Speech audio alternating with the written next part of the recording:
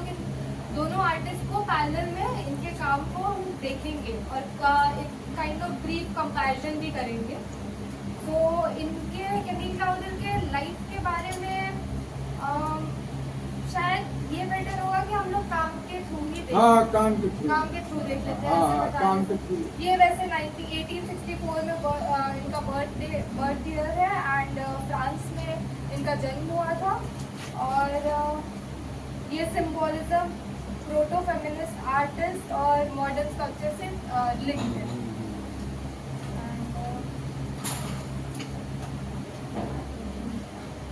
ये कैमिल क्लाउडेल, सुंदर थी। और रौदा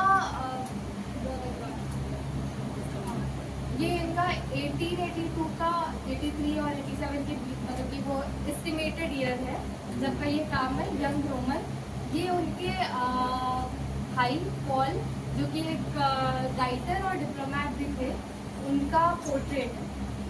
और इसमें इन्होंने प्लास्टर पे पेंट किया है जो कि थोड़ा ऑक्सीडाइज रस्टी सा लुक देता है। और ये मॉडर्निस्ट स्कल्पचर में मतलब मॉडर्निस्ट स्कल्पचर से इस तरीके से हम फीमेल में क्यों इन्हें उठा के लाए हैं, क्योंकि ये जो अभी हम लोग प्लास्टर में पोर्ट्रेट बनाते हैं तो वो कलर कर देते हैं, बट वो पहले ऐसा नहीं होता था। इन्होंने ये जहाँ तक हमको पता है कि उस समय तक प्लास्टर ऑफ पेरिस के स्कल्पचर को कोई कलर नहीं करता था, है ना। ये श्रेय जाता है कैमिल क्लाउडेल को।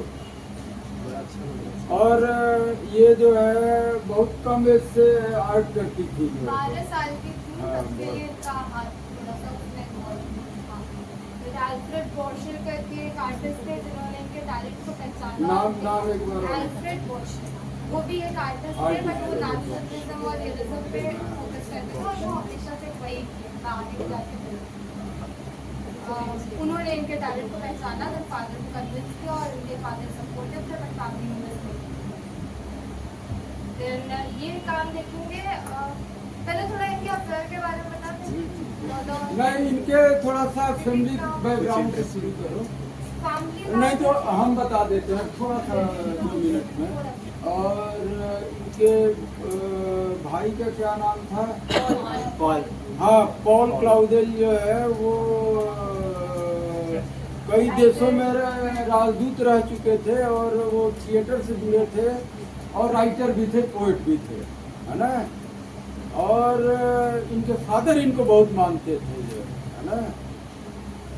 और इनकी जो अपने फादर के किसके बर्थडे पे इन्होंने एक पेंटिंग बना के गिफ्ट किया था, नहीं हमको जहाँ तक मतलब थोड़ा बहुत याद आ रहा है। तो इनका बहुत कम उम्र से ये पेंट करती थी, है ना। और बाकी अब हम क्या बताएंगे। अल्फ्रेड बॉर्शर इन्होंने इंट्रोड्यूस किया कैमिल क्लाउडेल को मतलब आर्ट फील्ड में। देन कुछ सालों बाद अल्फ्रेड बॉर्शर को जब क्लाउडेल कैमिल जो है वो 20 या 21 साल की थी तो अल्फ्रेड बॉर्शर को इटली मूव करना पड़ गया और उन्होंने रौदा को असाइन किया जो उनके स्टूडियो में विमेन आर्टिस्ट। नहीं, फ्रांस में इनका पढ़ाई भी हुआ एक आर्ट स्कूल में, एकोलिस डेस बियोक्स करके आर्ट कॉलेज का नाम था। वो काफी प्रेस्टिजियस कॉलेज माना जाता है, प्रेस्टिजियस कॉलेज। बड़े जो आर्टिस्ट के बारे में पढ़ते हैं वो वहाँ से पढ़ते।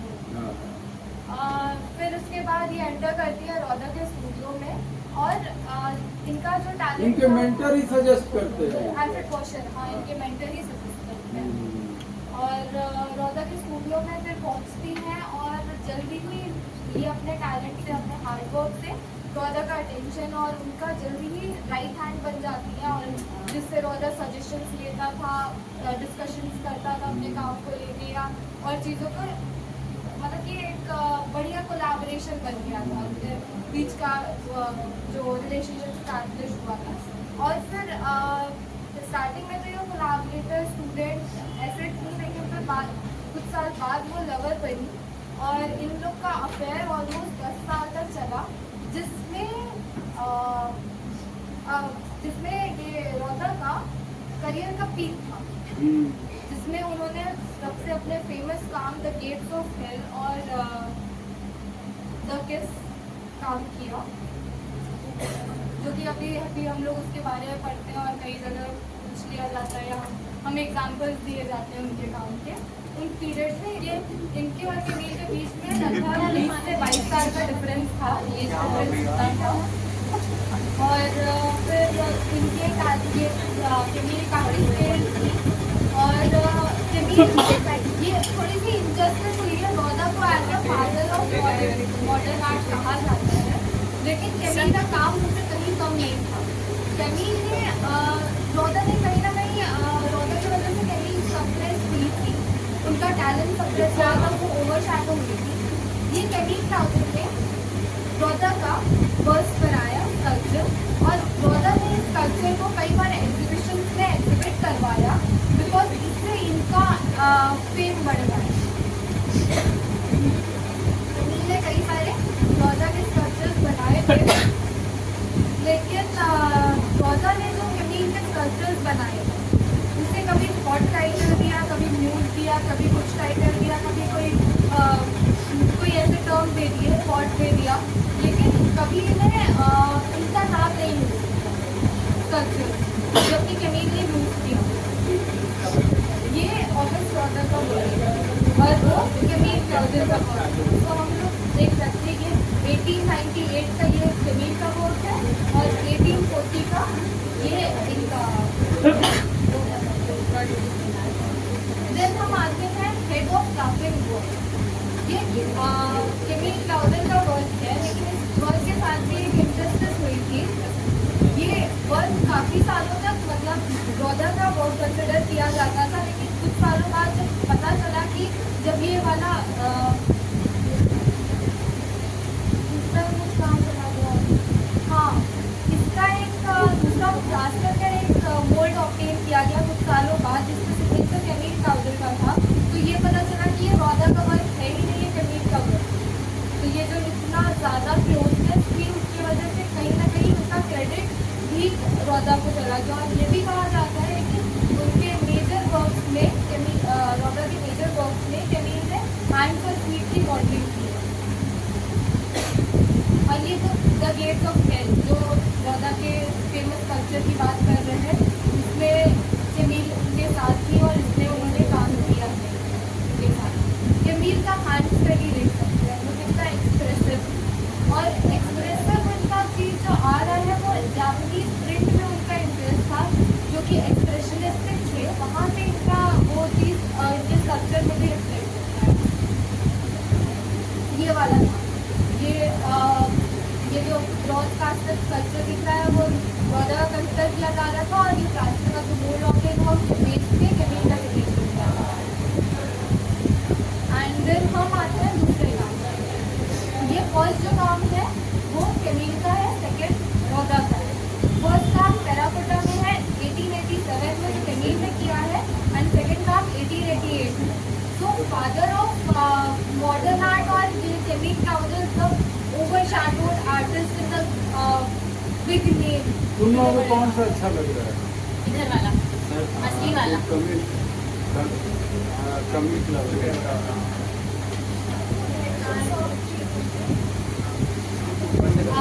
सॉफ्ट मीडियम में है, एक चीज़ हम बता रहे हैं, ये रौदा जो है उन्होंने अपनी ज़िंदगी में कभी मार्बल कार्विंग या मेटल कार्विंग नहीं की, वो मार्बल कार्विंग किए ही और कार्विंग किए ही, और जो उनका फेमस वर्क है वो अपने स्पेशलिस्ट टेक्नीशियन को वो चीज़ वर्क असाइन किए, लेकिन उन्हें नहीं आता, उन्हें कार्विंग नहीं करते, रौदा कार्विंग नहीं करते। तो आप कार्विंग नहीं कर रहे हो करते कि ये मटेरियल में टाइम टेकिंग है, ये है वो है, बट जब ये असाइन दूसरे को ही कर दे रहे हैं कहाँ मतलब उन्हें इतना नहीं नहीं मॉडलिंग वो करते थे, कार्विंग दूसरा कोई करता। तो ये मत समझना कि मतलब उसको देख के ही उसकी रिप्लिका तैयार की जाती थी, मतलब स्टोन में।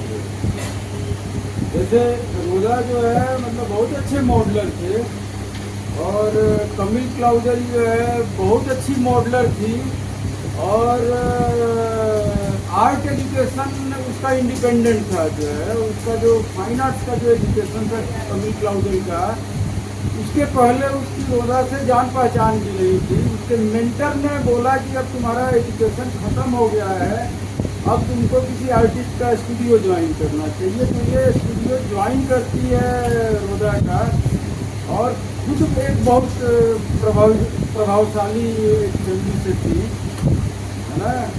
जबकि जो रोदा जो थे वो बहुत मतलब सामान्य परिवार से आते थे। उनका मतलब अगर सर वो तो ऑलरेडी स्टैब्लिश थे ना, मतलब काफी पावरफुल थे। हाँ, एस्टेब्लिश्ड कमिट क्लाउडल से मिलने के बाद और भी ज़्यादा एस्टेब्लिश्ड हो गए। मतलब कहा गया है ना, एक कहावत कही जाती है जो है कि मतलब कमिट क्लाउडल और रोदा को लेते हुए, है ना, यह सच है कि एक सफल पुरुष के पीछे महिला का योगदान होता है, लेकिन रोदा ने कमिल क्लाउडल को बौना बना दिया। मतलब एक पुरुष ने एक महिला को बौना बना दिया, मतलब ओवर शैडो कर दिया। ये मतलब मैं नहीं बोल रहा हूँ, ये क्रिटिक लोग बोलते हैं। और बहुत बाद के दिनों में मतलब ये इनका काम वो आया, इनकी कोई रिलेटिव थी जो इनके बचे हुए कामों को मतलब इकट्ठा की, कोई 90 आर्ट वर्क मिले जो है, और इन्होंने अपने काम बहुत सारे जो है तोड़ दिए थे जब ये मेंटली सीख हुई थी। जो हाथ लगा उस काम को इन्होंने तोड़ दिया था। तो जो टूटने से बच गए थे मतलब उनके हाथ से वही, हाँ, वो उनको मतलब एक क्या डिजीज होता है, एल्जाइमर नहीं, एल्जाइमर नहीं, जिसमें एक होता है ना हेलुसिनेशन।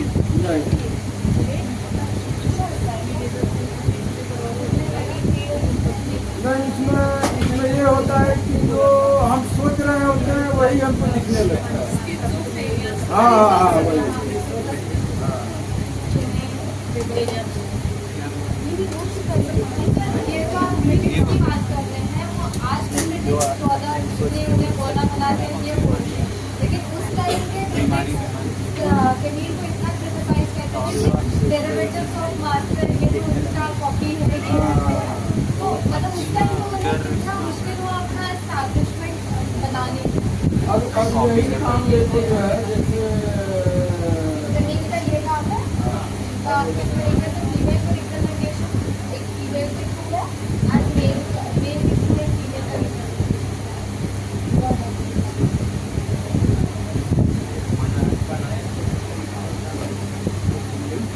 नहीं, कंपैरेटिव स्टडी है। मतलब जैसे आप पहला जो है जो स्टैटिस्टिक वुमेन स्कल्पटर आप कमिल क्लाउडल को मान सकते हैं।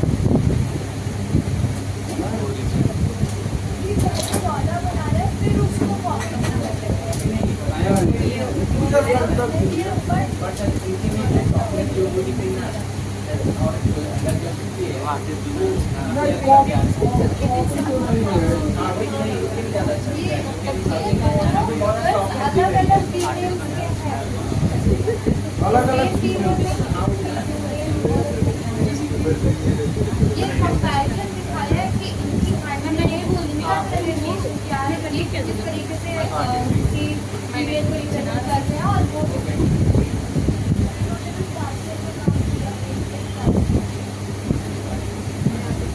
ये प्रिंटेड क्लास दोनों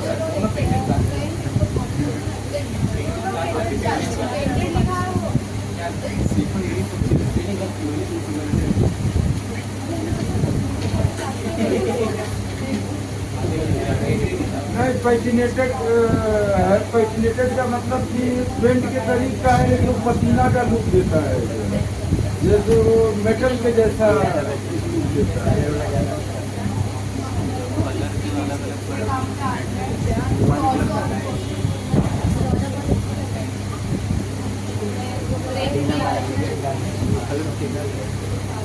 और ये सब ये सब प्रयोग है जिसमें 20 मोल्ड के उसको उन्होंने छोड़ दिया है। जैसे वो 20 मोल्ड बनते हैं ना, तो उसके जो लाइन्स वगैरह होते हैं देखो इसने छोड़ दिया है। जो बहुत बाद के दिनों में हिम्मत शाह ने ये काम किया है। वो जो मोल्ड लेते थे तो उसके ज्वाइंट्स को छोड़ देते थे अपने काम पर, मतलब मोल्ड से जो कास्ट करते थे।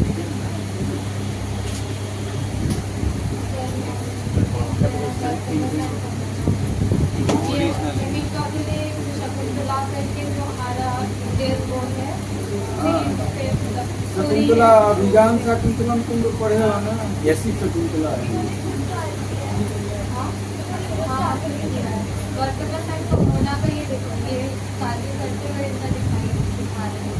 इस तरीके से इन्होंने बेस पे किस तरीके से ध्यान दिया और फिर कंपैरेटिव स्टडी आती है हमारी वर्तमान एंड फॉर्मूला ऑब्वियस सॉलिड की the it was a business है यस कॉलम और प्रोफेसर फॉर्मूला केमी क्या फिनिशिंग क्या डिटेलिंग क्या और जब ये काम पहले हो चुका है, इसलिए ये वाला काम पहले का है, उधर का बाद का है।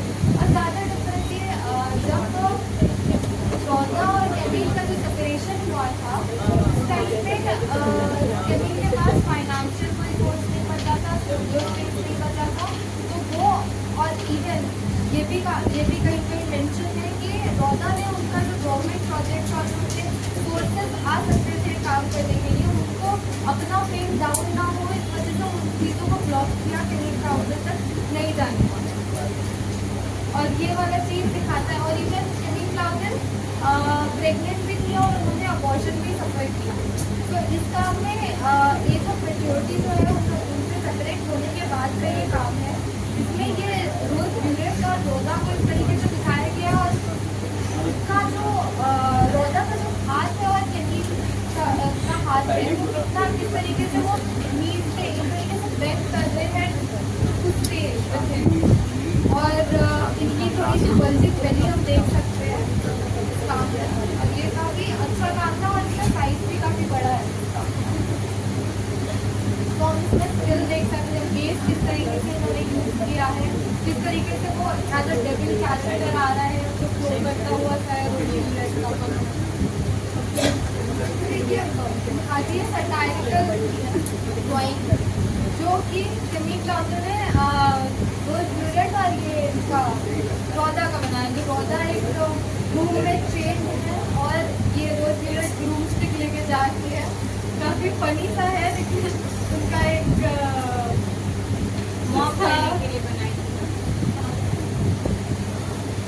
ये जो प्रिंटर्डी उन्होंने 2 बार बनाया 1893 और 1902 और हम लोग उनका इम्प्रूवमेंट देख सकते हैं। इवन उनसे सेपरेट होने के बाद रौदा से सेपरेट होने के बाद उनकी काम बहुत ज़्यादा एक्सप्रेशनिस्टिक बनी। एंड इंडिपेंडेंट भी इन्होंने ये वाला चीज़ को बनाया। एंड ये ये भी एक उनका स्ट्रक्चर है जो माइक्रोलॉजिकल स्टोरीज से और हम इसके काम में कितना अच्छा मूवमेंट देख सकते हैं। चाहे बेस किस तरीके से उन्होंने बनाया है, चाहे ये जो मेच्योरिटी में रोज ब्यूरेट के वो जो क्लोथ्स है जो फैब्रिक है उसका फ्लो कितना अच्छा है। एंड इसमें वर्तमान एंड कमोना में जो मेल फिगर है वो किस तरीके से समर्ज हो रहा है और वो उसके बेस के साथ। एंड इसमें भी हम देख सकते हैं फिश किस तरीके से उसके बॉडी से निकल के बेस पे जाके वो समर्ज हो। फिर एक ये काम है गुडन टाइप करके ये केमिन काउंटर और केमिन काउंटर में अपने लास्ट के जिस टाइम पे रौदा अपने करियर के पीक पे जा रहे थे उस एज में केमिन काउंटर मेंटल असाइलम पहुंचा और उनको जो जब स्टूडियो में अपने रौदा से जब सेपरेट होकर अपना स्टूडियो में वर्क करने लगी, छोटा स्टूडियो रेंटेड स्टूडियो में अपना काम करने लगी थी, तो उन्हें मेंटल डिसऑर्डर हुआ जिसके वजह से वो अपने ही कामों को कई सारे कामों को छोड़ दी और कुछ इस तरह से कि रौदा उनके काम को कॉपी कर लेंगे। फिर उसके बाद कुछ किसी तरीके से वो मेंटल असाइलम पहुंची और मेंटल असाइलम में फिर उनके साथ कुछ बुरा हुआ था शायद इस टाइप से कुछ तो चीज़ चल रहा था, तो फिर वहाँ पे खाने पीने का और इन सब चीज़ का दिक्कत और ओवरऑल देखा जाए तो ये इतनी ग्रेट आर्टिस्ट अगर कंपैरिजन भी किया 30 जाए साल तो ये तक डिजर्व नहीं करती रही। कि मेंटल असाइलम में सफर करना। मान्यता दीजिए। मेंटल असाइलम में 3 साल रही। हाँ, ये डेथ भी उनका वही हुआ है। मतलब जब वो जो रियलाइजेशन वाला था, जो वो भीख मांग रही थी, रियलाइज करने के बाद मेंटल असाइलम नहीं नहीं ये कुछ ज़्यादा नहीं है। उन्होंने कुछ वर्क किए लेकिन वर्क वो दिया अपने स्टूडियो में वो उन्हें गवर्नमेंट प्रोजेक्ट से मतलब उसके फाइनेंस से स्टॉप कर दिया बिकॉज वो तो प्रॉपर एस्टैब्लिश्ड आर्टिस्ट था फेम था उनके फादर का भी डेथ हो चुका था। उनके फादर का डेथ हो चुका था कोई सपोर्ट नहीं था। और थोड़ा बहुत फेम था बट मॉल को भी हाँ, राजनीति के बादलों के कहीं बाहर कंपैरेटिवली देखा जाए तो फीमेल्स के लिए अपना एस्टैब्लिश करना खुद को कितना मुश्किल रहा है वो हम देख सकते हैं। हमारे पास दो क्लियर एग्जाम्पल्स हैं गोइंग और केविन क्राउडेड और उनमें भी अगर वो फेमिनिज्म और फेमिनिटी उस टाइम पे होती अभी जो एक्सप्लॉयटेशन हो रहा है इन चीज़ों को लेके अलग ही व्यू दिखाया जा रहा है बट हाँ अगर इक्वालिटी होती इक्वालिटी भी नहीं अगर हम फोकस करें इंडिविजुअलिटी पे एक पर्सन की खुद की एक आइडेंटिटी है इररिस्पेक्टिव ऑफ जेंडर उसे देखा जाए तो उसकी क्वालिटीज हैं तो हमें हर जगह father of this father of that father of modernism father of Indian context और फादर ऑफ समथिंग के बजाय हमें शायद कुछ मदर्स भी मिलती और अभी के टाइम पे सिनारियो चेंज हो रहे हैं तो ये भी पॉसिबिलिटी है कि हमें मदर ऑफ कंटेम्परेरी और मदर ऑफ पोस्ट कंटेम्परेरी हमें मिल सकती है। और इवन ये चीज़ें अगर वेस्ट साइड में मॉडर्निज्म पहले आया था और इंडिया में आने में थोड़ा बहुत लगा तो अभी के टाइम पे देखा जाए वो और मॉडर्निज्म सिर्फ एक फील्ड में सिर्फ एक इसमें नहीं आया म्यूजिक लिटरेचर फिलोसफी हर एक फील्ड में आया तो अगर हम अभी के कंटेक्स्ट में देखें तो वेस्ट साइड में फीमेल पॉप आर्टिस्ट कहीं ज़्यादा अच्छी मतलब काफ़ी सारी हो रही है और काफ़ी अच्छी रोहाना करेगी और बहुत सारी आर्टिस्ट नाम भी है अभी उनका। तो मे भी हो सकती है पॉसिबिलिटी है वो फेमिनिटी की बात हम कर ही नहीं रहे हैं इंडिविजुअलिटी की अगर कंटेम्परेरी वर्ल्ड में इतनी आज़ादी मिली है कि अपना आर्ट अपना पर्सनल हो सकता है इंडिविजुअल हो सकता है आपके थॉट आपको ज़रूरत भी नहीं है दूसरे लोगों को बताने को ओपन टू इंटरप्रेट किसी भी तरीके से समझ सकता है तो फिर ये चीज़ आ सकती है बिल्कुल आ सकती है और सिर्फ मदर में क्यों अगर LGBTQ कम्युनिटी आ रही है जो भी जेंडर है जो कोई भी जेंडर हो। तो यही था जो कि फॉरवर्डेड और overshadowed marginal female artist marginal main stream के चक्कर